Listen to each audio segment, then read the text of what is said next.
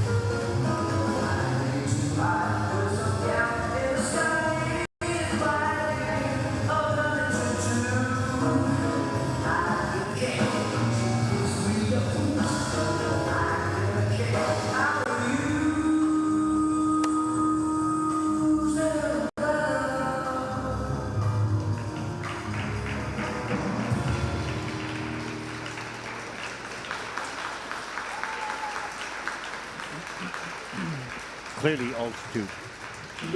Yeah, I think affected Dillon today. Absolutely, and knowing a little bit of the backstory of this athlete, knowing that he does suffer with type 1 diabetes, and having heard from him and his family, knowing how much that impacts upon him and his blood sugar levels, and it is a huge challenge for him to be able to cope with the demands of this sport and the impact, as you can see on his left arm there, patch that he has to wear.